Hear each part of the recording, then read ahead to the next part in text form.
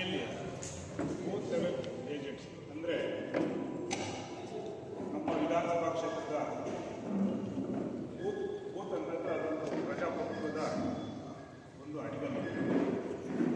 ಅಲ್ಲಿ ನಮ್ಮಲ್ಲಿ ಎಂಥ ಪ್ರಜಾಪ್ರಭುತ್ವದ ಏನೇ ಒಂದು ಕಾರ್ಯಕ್ರಮ ಅಂದರೆ ಓಟ್ ಹಾಕೋದ್ರಿಂದ ನಮ್ಮ ಪ್ರಜಾಪ್ರಭುತ್ವ ಅಡಿಗಲ್ಲಿಂದ ಶುರುವಾಗುತ್ತೆ. ಆ ಕಾರ್ಯಕ್ರಮಕ್ಕೆ ಪ್ರಮುಖವಾಗಿರ್ತಕ್ಕಂಥ ಮತದಾರರ ಪಟ್ಟಿ. ಮತದಾರರ ಪಟ್ಟಿ ಅಂತಂದರೆ ಯಾರು ಎಲಿಜಿಬಿಲಿಟಿ ಓಟ್ ಸಿಗ್ತಾರೆ, ಅರ್ಹತೆ ಹೊಂದಿರತಕ್ಕಂಥ ಮತದಾರರು ಆ ಪಟ್ಟಿಯಲ್ಲಿ ಸೇರಿಸ್ಕೊಂಡಿರ್ತಾರೆ ಚುನಾವಣಾ ಆಯೋಗದಲ್ಲಿ. ಆ ಪಟ್ಟಿನ ಇಷ್ಟು ಶುದ್ಧವಾಗಿ ಇಟ್ಕೊಂಡಿರ್ತೀವಿ. ಆ ಪ್ರಜಾಪ್ರಭುತ್ವ ನಾವು ಆಯ್ಕೆ ಮಾಡ್ಕೊಳ್ತಕ್ಕಂಥ ಒಂದು ಪದಾಧಿಕಾರಿಗಳಿರ್ಬೋದು, ಶಾಸಕರಿರ್ಬೋದು, ಯಾವುದೇ ಸದಸ್ಯರಿರ್ಬೋದು, ಆ ಮತದಾರರ ಪಟ್ಟಿಯಿಂದ ಶುರುವಾಗುತ್ತೆ. ಆ ಒಂದು ಮತದಾರರ ಪಟ್ಟಿಯಿಂದ ಪರಿಷ್ಕರಣೆ ಮಾಡತಕ್ಕಂಥ ಒಂದು ಕಾರ್ಯಕ್ರಮ ಸರ್ಕಾರದವರು ಮಾಡ್ತಾರೆ ಚುನಾವಣಾ.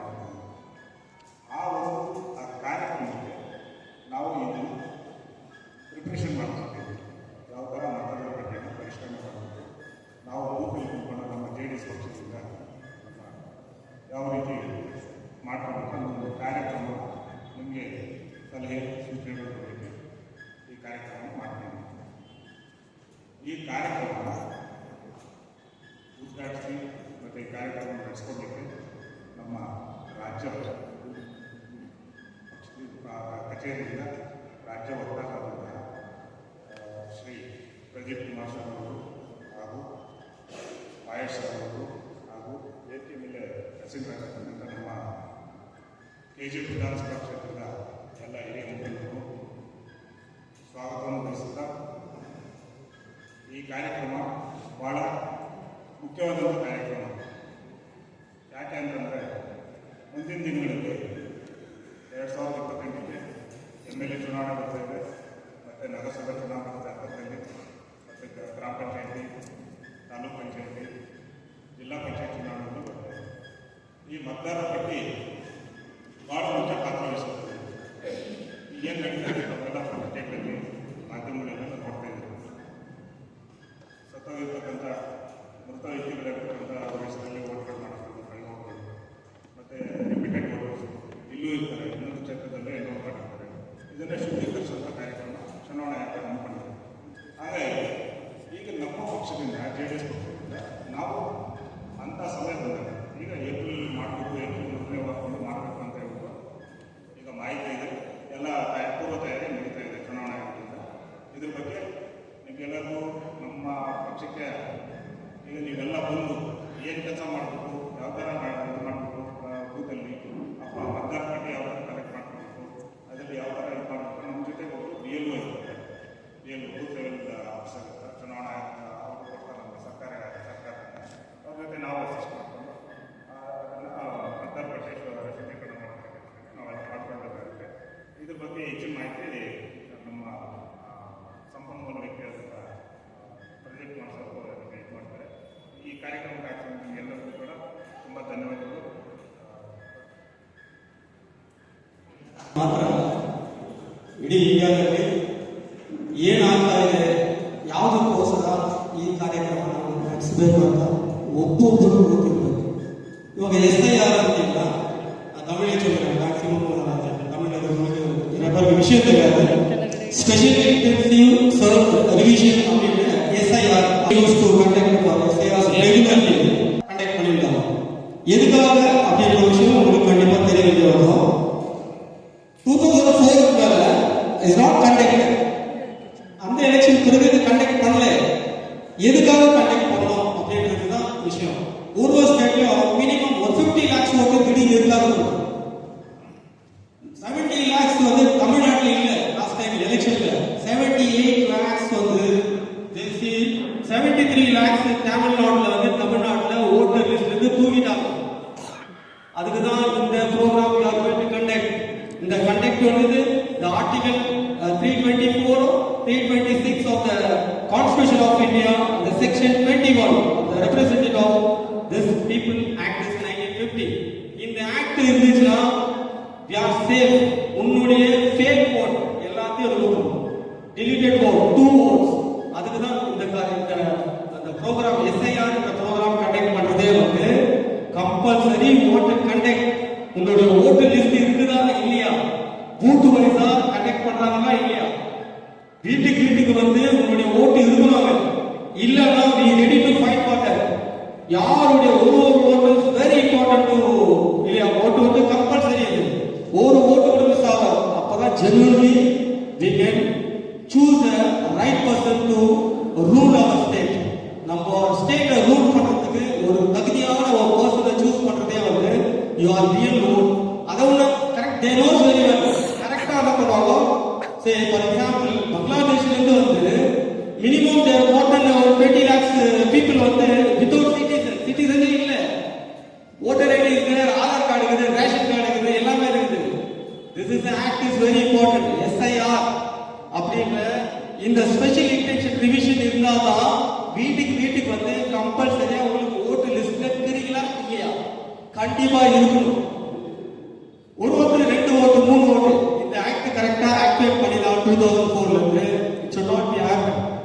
அதனாலதான் it's very important the awareness not only in our state, throughout India they are doing that.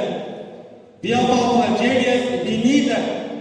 we need for Kumarana should be the CM.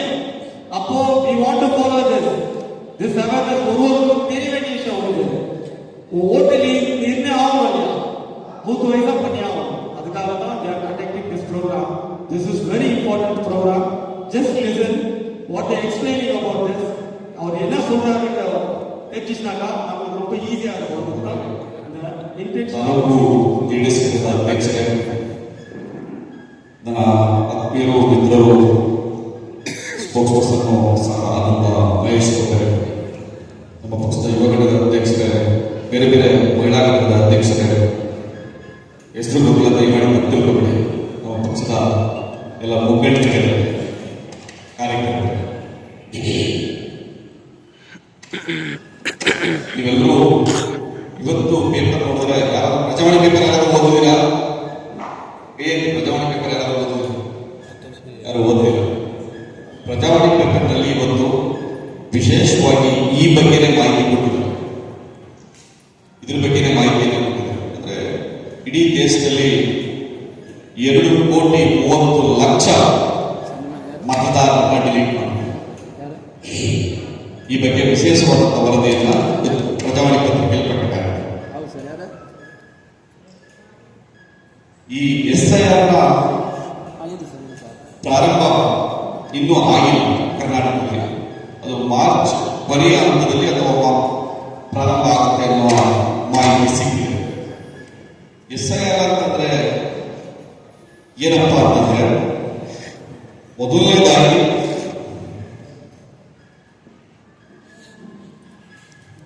ಹಿಂದೆ ಕೂಡ ಪರಿಷ್ಕರಣೆ ಆಗ್ತಾ ಇತ್ತು ಮತದಾರರ ಡಿವಿಷನ್ಸ್. ಆದ್ರೆ SIR ಈ ಹಿಂದೆ ಆಗ್ತಕ್ಕಂಥ ಪರಿಷ್ಕರಣೆಗೆ ಏನಪ್ಪ ವ್ಯತ್ಯಾಸ ಅಂದ್ರೆ, ಈ ಪರಿಷ್ಕರಣೆಯಲ್ಲಿ ಒಂದು ಮ್ಯಾಪಿಂಗ್ ಆಗುತ್ತೆ. ಈ ಪರಿಷ್ಕರಣೆಯಲ್ಲಿ PLA ಅಂದ್ರೆ ಯಾರು ಅಂದ್ರೆ booth level agent. Booth level agent ಅಂದ್ರೆ ಯಾರಪ್ಪ ಅಂದ್ರೆ, ಒಂದು ರಾಜಕೀಯ ಪಕ್ಷ PLA 1 ಒಂದು ತಾಲೂಕಿಗೆ PLA 1 ಅಪಾಯಿಂಟ್ ಮಾಡ್ತಾರೆ. ಅವರು ಒಂದೊಂದು ಬೂತ್ಗೆ PLA 2 ಅಪಾಯಿಂಟ್ ಮಾಡ್ತಾರೆ. ಅವರು PLA 1 and 2. PLO ಅಂದ್ರೆ ಯಾರು ಅಂದ್ರೆ ಬೂತ್ ಲೆವೆಲ್ ಆಫೀಸರ್. ಅವರು ಸರ್ಕಾರದಿಂದ ನೇಮಕವಾದಂತಹ ಅಧಿಕೃತ ಕೆಲಸಗಾರ ಆಗಿರ್ತಾರೆ. ಅವರು ನಿಮ್ಮ ಊರಿನ ಪಂಚಾಯಿತಿಯ ಯಾವುದಾದ್ರೂ ಕೆಲಸದಲ್ಲಿ ತೆಗೆದವರಾಗಿರ್ಬೋದು, ಅಥವಾ ನಿಮ್ಮೂರಿನ ಅಂಗನವಾಡಿ ಕಾರ್ಯಕರ್ತ ಆಗಿರ್ಬೋದು, ಅಥವಾ ನಿಮ್ಮ ಶಾಲೆಯ ಟೀಚರ್ ಆಗಿರ್ಬೋದು. ಇವರು PLOಗಳಾಗಿ ಎಲೆಕ್ಷನ್ ಕಮಿಷನ್ ಅವರನ್ನ ಅಪಾಯಿಂಟ್ ಮಾಡ್ತಾರೆ. ಅವರು ಮತ್ತೆ ನೀವು ಸೇರ್ಕೊಂಡು ವಿಶೇಷ ಪರಿಷ್ಕರಣೆಗೆ ಒಳಪಡ್ತಕ್ಕಂಥದ್ದೇ SIR. ಈಗ ಮೊದಲನೇ ಒಂದು SIR ಏನು ಕೆಲಸ ಮಾಡುತ್ತೆ, SIR ಅಂದ್ರೆ ಏನು? ಪ್ರತಿ ಮತದಾರನ ಮನೆಗೆ ಭೇಟಿಯಾಗಿ ಪೂರ್ಣ ಪರಿಶೀಲನೆ ನಡೆಸುವ ಆಳದ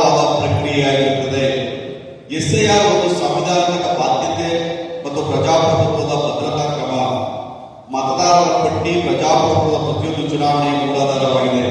ಪಟ್ಟಿಯು ನಿಜವಾದ ಅರ್ಹ ನಾಗರಿಕರನ್ನು ಪ್ರತಿಬಿಂಬಿಸುವಂತೆ ಹಾಗೂ ಅನರ್ಹ, ಮೃತ ಅಥವಾ ನಕಲಿ ಹೆಸರುಗಳನ್ನು ತೆಗೆದುಹಾಕುವಂತೆ ಖಚಿತಪಡಿಸುತ್ತದೆ. ಚುನಾವಣಾ ಆಯೋಗವು 2004ರವರೆಗೆ ನಿಯಮಿತವಾಗಿ SIRಗಳನ್ನು ರಾಜ್ಯದಲ್ಲಿ ನಡೆಸುತ್ತಿದ್ದು 2004 ನಂತರ ಯಾವುದೇ SIR ನಡೆಸಲಾಗಿಲ್ಲ. ಭಾರತದ ಸಂವಿಧಾನದ ವಿಧಿಗಳು 124 ಮತ್ತು 126 ಜನಪ್ರತಿನಿಧಿಗಳ ಅಧಿನಿಯಮ 1950ರ ವಿಭಾಗ 21ರ ಅನ್ವಯ ಚುನಾವಣಾ ಆಯೋಗವು ವಿಶೇಷ ಸಮಗ್ರ ಪರಿಷ್ಕರಣೆ ನಡೆಸಲು ಆದೇಶಿಸಿದೆ. ನೋಡಿ, ವಿಶೇಷ ಸಮಗ್ರ SIR ಮಾಡಲ್ಲ, ಇದು ರಾಜ್ಯ ಚುನಾವಣಾ ಆಯೋಗ ಮಾಡಲ್ಲ, ಇದು ಕೇಂದ್ರ ಚುನಾವಣಾ ಆಯೋಗ ನಡೆಸುತ್ತದೆ. ಕೇಂದ್ರ ಚುನಾವಣಾ ಆಯೋಗದ ಅಡಿಯಲ್ಲಿ ರಾಜ್ಯ ಚುನಾವಣಾ ಆಯೋಗ ಈ ಮತ ಪರಿಷ್ಕರಣೆಯನ್ನು ಮಾಡುತ್ತೆ. ಆ ಮತ ಪರಿಷ್ಕರಣೆ ಮಾಡುವಾಗ ಆಳವಾದ ಪರಿಶೀಲನೆ, ನಕಲು, ಅನರ್ಹ, ಮೃತ ಇವುಗಳನ್ನು ತೆಗೆದುಹಾಕತಕ್ಕಂಥದ್ದು ನಿಜವಾದ ಅರ್ಹ ಮತದಾರರನ್ನ ಸೇರ್ಪಡೆಗೊಳಿಸದ ಇದರ ಮೂಲ ಉದ್ದೇಶ. ನೆಕ್ಸ್ಟ್, SIR ನಲ್ಲಿ ಈ 5 ಅಂಶಗಳನ್ನ ಇಟ್ಕೊಂಡಿದ್ದಾರೆ. ಮೊದಲನೇದು ಪಟ್ಟಿಯ ಶುದ್ಧೀಕರಣ. ಅಂದ್ರೆ ಪಟ್ಟಿಯ ಶುದ್ಧೀಕರಣ ಯಾಕೆ ಮಾಡಬೇಕು ಅಂತಂದ್ರೆ, ನೋಡಿ, ನಗರ ಪ್ರದೇಶಗಳಲ್ಲಿ ಯಾರಾದ್ರೂ ಸತ್ತೋದ್ರೆ ಅಥವಾ ಈ ಏರಿಯಾದಿಂದ ಇನ್ನೊಂದು ಏರಿಯಾಗೆ ಶಿಫ್ಟ್ ಆದ್ರೆ ಯಾರು ಆಯ್ಕೆ ಕೊಡೋದಿಲ್ಲ. ಹಳ್ಳಿನಲ್ಲಿ ಆಗುತ್ತೆ. ಹಳ್ಳಿನಲ್ಲಿ ಇಂಥದ್ದು ಸತ್ತೋಗಿದ್ದಾರೆ ಅಂತಲೂ ಹೇಳ್ತಾರೆ, ಮುಂದೆ ಮನೆ ಊರು ಖಾಲಿ ಮಾಡಿದ್ದಾರೆ ಅಂತಲೂ ಹೇಳ್ತಾರೆ. ಆದರೆ ನಗರ ಪ್ರದೇಶಗಳಲ್ಲಿ ಯಾರಾದ್ರೂ ಸತ್ತೋದ್ರೆ ಅಥವಾ ಈ ವಾರ್ಡಿಂದ ಇನ್ನೊಂದು ವಾರ್ಡ್ಗೆ ಶಿಫ್ಟ್ ಆದ್ರೆ ಅಥವಾ ಈ ಊರಿಂದ ಇನ್ನೊಂದು ಊರಿಗೆ ಶಿಫ್ಟ್ ಆದ್ರೆ ಅಥವಾ ಈ ತಾಲೂಕಿಂದ ಇನ್ನೊಂದು ತಾಲೂಕು ಶಿಫ್ಟ್ ಆದ್ರೆ ಅಥವಾ ಬೆಂಗಳೂರಿಗೆ ಹೊರಟೋದ್ರೆ, ತಮಿಳುನಾಡಿಗೆ ಹೊರಟೋದ್ರೆ ಅಥವಾ ಆಂಧ್ರಕ್ಕೆ ಹೊರಟೋದ್ರೆ ಆಯ್ಕೆ ಕೊಡಿದ್ರೆ ಆಗಲ್ಲ. ಅದಕ್ಕೋಸ್ಕರನೇ ಪಟ್ಟಿಯ ಶುದ್ಧೀಕರಣ ಮೊದಲನೇದ ಅದರ ಧ್ಯೇಯ. ಅರ್ಹ ನಾಗರಿಕರನ್ನು ಪಟ್ಟಿಯಲ್ಲಿ ಒಳಗಿಸುವುದು. ಯಾರು 18 ವರ್ಷ ಕಂಪ್ಲೀಟ್ ಆಗಿದೆ ಅವರನ್ನ ಪಟ್ಟಿಯಲ್ಲಿ ಸೇರ್ಪಡೆಗೊಳಿಸತಕ್ಕಂಥದ್ದು. 18 ವರ್ಷ ಮುಗಿದದೇ ಇದ್ರೆ ಅವರು ಮತದಾರರ ಪಟ್ಟಿಯಲ್ಲಿ ನೋಂದಾಯಿಸಿಕೊಳ್ಬೇಕು, ಅವರು ಮತದಾರ ಹಾಕಬೇಕು. ಈ ಪ್ರಜಾಪ್ರಭುತ್ವ ವ್ಯವಸ್ಥೆಯಲ್ಲಿ ಮತವನ್ನ ಹಾಕ್ಲಿಕ್ಕೆ, ಮತವನ್ನ ಚಲಾಯಿಸಲಿಕ್ಕೆ ಅವನು ಮತಗಟ್ಟೆಗೆ ಬರಬೇಕು. ಹಾಗಾಗಿ ಅರ್ಹ ಮತದಾರರನ್ನ ಪಟ್ಟಿಯಲ್ಲಿ ಒಳಗೂಡಿಸುವುದು. ವಂಚನೆಯನ್ನು ತಡೆಯುವುದು. ವಂಚನೆಯನ್ನು ತಡೆಯುವುದು ಇದಕ್ಕೆ ಬಹಳ ಇಂಪಾರ್ಟೆಂಟ್. ಯಾಕೆ ಅಂತಂದ್ರೆ ಇದು ಪಕ್ಕದ ಆಂಧ್ರ, ತಮಿಳುನಾಡು, ಕರ್ನಾಟಕ ಬಾರ್ಡರ್ ಪ್ರದೇಶ. ಇದರಲ್ಲಿ ಕೆಲವು ವೋಟರ್ಸ್ಗಳು ತಮಿಳುನಾಡಲ್ಲೂ ಇರ್ಬೋದು, ಇಲ್ಲೂ ಕೆಲವು ವೋಟರ್ಸ್ ಆಂಧ್ರದಲ್ಲೂ ಇರ್ಬೋದು, ಇಲ್ಲೂ ಕೆಲವು ವೋಟರ್ಸ್ ಇಲ್ಲೂ ಇತ್ತು, ಬೆಂಗಳೂರು, ಕೆಲವು ವೋಟರ್ಸ್ ಇಲ್ಲೂ ಇತ್ತು, ಕೋಲಾರದಲ್ಲೂ ಇತ್ತು. ಈ ತರ 2 ಕಡೆ 3 ಕಡೆ ರಾಜ್ಯದ ಯಾವುದೇ ಮೂಲೆಯಲ್ಲಿ ಅಥವಾ ಈ ದೇಶದ ಯಾವುದೇ ಮೂಲೆಯಲ್ಲಿ ಅವನ ಹೆಸರು ಇದ್ರೆ ಮ್ಯಾಪಿಂಗ್ ಮೂಲಕ ಪತ್ತೆ ಇರ್ತಾರೆ. KGF ಒಬ್ಬ ವ್ಯಕ್ತಿ ರಮೇಶ್ ಬಾಬು ಅವರ ಹೆಸರು ಈ ದೇಶದ ಸುತ್ತ ಸುದ್ದಿ ಜಮ್ಮು ಕಾಶ್ಮೀರದಲ್ಲಿ ಅವರ ಹೆಸರು ಏನಾದರೂ ಇದ್ರೆ ಮತದಾರರ ಪಟ್ಟಿಯಲ್ಲಿ ಮ್ಯಾಪಿಂಗ್ ಮೂಲಕ ಪತ್ತೆ ಇರ್ತಾರೆ. ಅವರು ಮ್ಯಾಪಿಂಗ್ ಮಾಡಿದಾಗ ರಮೇಶ್ ಬಾಬು ಅವರ ಹೆಸರು ಜಮ್ಮು ಕಾಶ್ಮೀರದಲ್ಲಿ ಗೊತ್ತಾಗುತ್ತೆ. ಅಂದ್ರೆ ಪತ್ತೆ ಹಚ್ಚುವ ಕೆಲಸ. ಯಾರಾದ್ರೂ 2 ಬಾರಿ 3 ಬಾರಿ 5 ಬಾರಿ ಇತ್ತು ಅದನ್ನು ವಿಶೇಷವಾಗಿ ಆ ಮ್ಯಾಪಿಂಗ್ ಮಾಡೋದ್ರ ಮೂಲಕ ನಿಮಗೆ ಆ ವಂಚನೆಯನ್ನ 2 ಬಾರಿ 3 ಬಾರಿ ಪಕ್ಕದ ರಾಜ್ಯದಲ್ಲಿ, ನಗರ ಪ್ರದೇಶದ ಇನ್ನೊಂದು ರಾಜ್ಯದಲ್ಲಿ ಇರ್ತಕ್ಕಂಥ ಮತದಾರರನ್ನ ಪರಿಷ್ಕರಿಸಿ ತೆಗೆದುಹಾಕ್ತಾರೆ. ವಿಶ್ವಾಸಾರ್ಹತೆಯನ್ನು ಬಲಪಡಿಸುವುದು. ನೀವು ರಾಹುಲ್ ಗಾಂಧಿ ಅವರು ಸ್ಟೇಟ್ಮೆಂಟ್ ಕೊಟ್ಟರು ಈಗ ಕಳೆದ 1.5 ತಿಂಗಳಿಂದ ಮತದಾರರ ಪಟ್ಟಿಯಲ್ಲಿ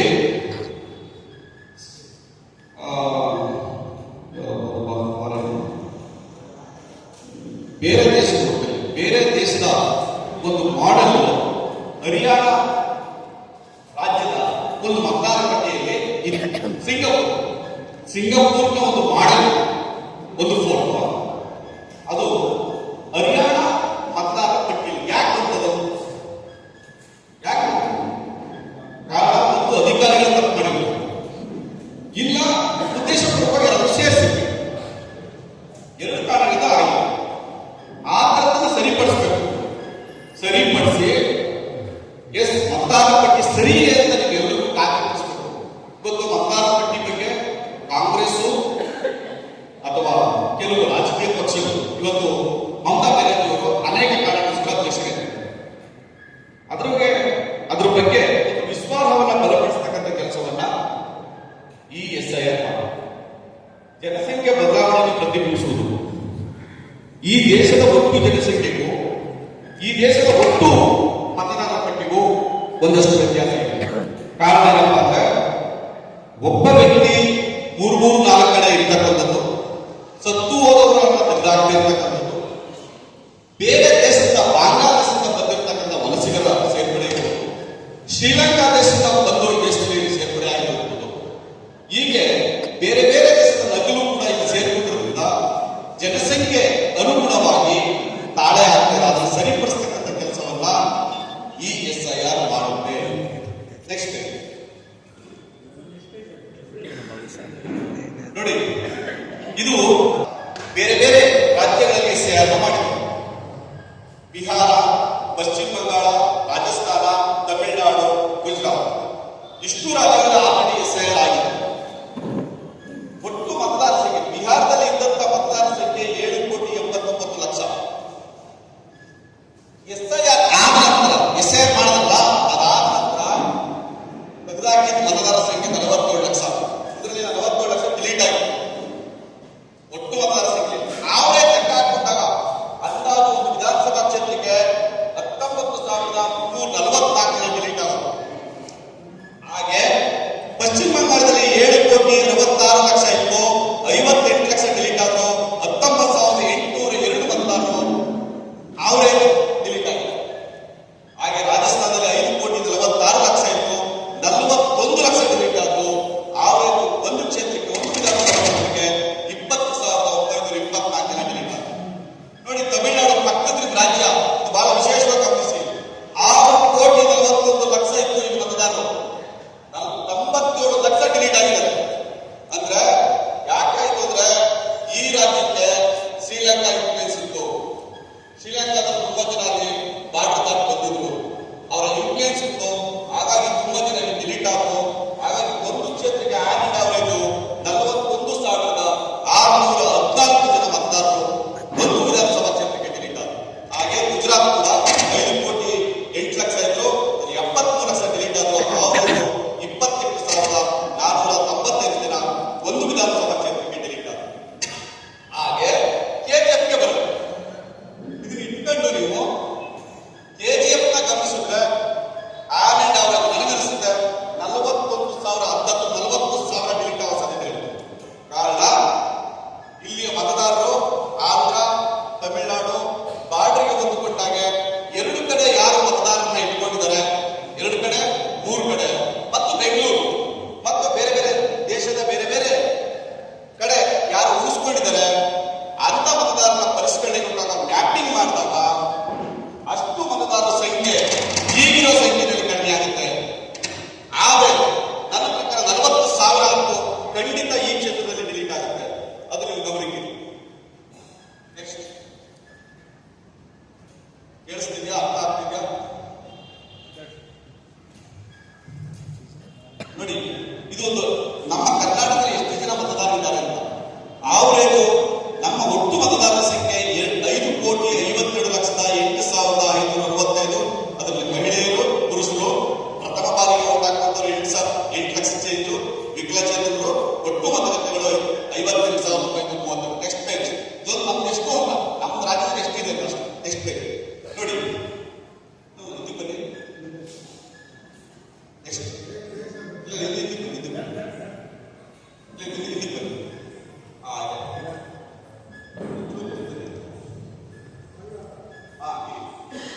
SIR ಮಾಡಬೇಕಾದ್ರೆ ಒಟ್ಟು 7 ಹಂತಗಳನ್ನು ಒಳಗೊಂಡು, ಈ 7 ಹಂತಗಳಲ್ಲಿ ಒಂದು ಪೂರ್ವ ತರಬೇತಿ ತಯಾರಿ. ಪೂರ್ವ ತರಬೇತಿ ಅಂದ್ರೆ ಯಾರು, ಏನು ನಾವು ನಿಮ್ಗೆ ಗೈಡ್ ಮಾಡ್ತಿದ್ದೀವಲ್ಲ, ಅದೇ ಪೂರ್ವ ತರಬೇತಿ. ನಾವು ನಿಮಗೆ ಗೈಡ್ ಮಾಡ್ತಾ ಇದ್ದೀವಿ ಏನ್ ಮಾಡಬೇಕು ಅಂತ. ಹಾಗೆ ಎಲೆಕ್ಷನ್ ಕಮಿಷನ್ ಕೂಡ ನಿಮ್ಗೆ ಮೀಟಿಂಗ್ ಕಂಡಕ್ಟ್ ಮಾಡೋದು. ಇಲ್ಲಿ ತಾಲೂಕು ಚುನಾವಣಾಧಿಕಾರಿಗಳಲ್ಲ, ಅವರು ಇಲ್ಲಿರ್ತಕ್ಕಂಥ ಎಷ್ಟು ಪಾರ್ಟಿಗಳು, ಎಲ್ಲ ಪೊಲಿಟಿಕಲ್ ಪಾರ್ಟಿಗಳನ್ನ ಕರೆದು ಇದೇ ರೀತಿ ನಿಮಗೆ ಎಲ್ಲ ಮಾಹಿತಿಯನ್ನ ಕೊಡೋದು. ಅದು ತರಬೇತಿ ಮತ್ತು ತಯಾರಿ. ಮತಗಟ್ಟೆಗಳ ತಾರ್ಕೀಕರಣ. ಒಂದು ಮತಗಟ್ಟೆಗೆ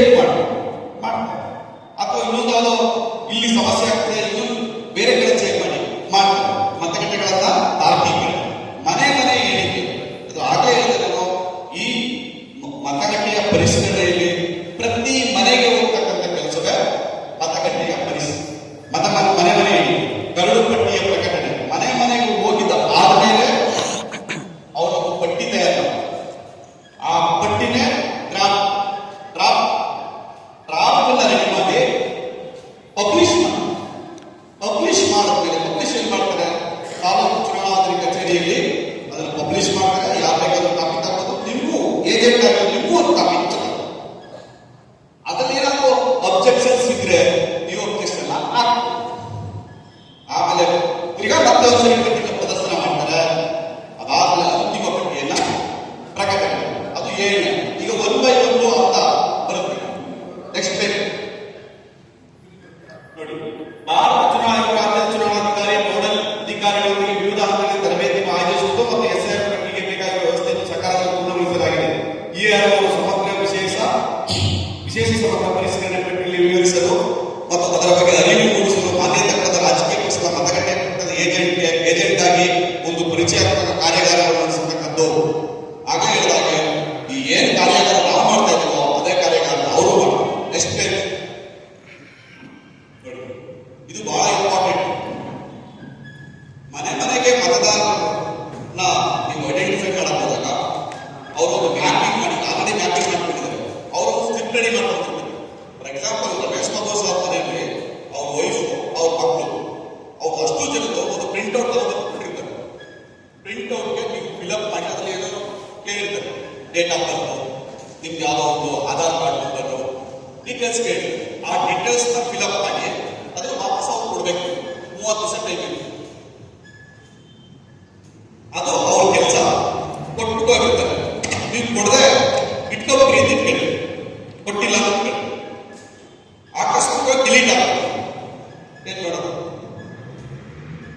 ಅವರೇನು ಹೋಗ್ತಾರೆ ಅದಕ್ಕೆ 30 ದಿವಸಗಳಿಗೆ ಕಂಪಲ್ಸರಿ ಕೊಡ್ಲೇಬೇಕು ತಪ್ಪಿಸ್ಕೊಳ್ಳೇಬಾರ್ದು ನಂಬರ್ 2 ಡಿಲೀಟ್ ಆಗ ಕಾರಣ ಏನು ಅಂತ ಯೋಚನೆ ಮಾಡಿದ್ರೆ ಒಂದು ಅವರ ಹೆಸರು 2 ಕಡೆ ಇತ್ತು ಬಿಟ್ಬಿಡಿ 3 ಕಡೆ ಇತ್ತು ಬಿಟ್ಬಿಡಿ ಆಗ ಆಟೋಮೆಟಿಕ್ ಡಿಲೀಟ್ ಆಗುತ್ತೆ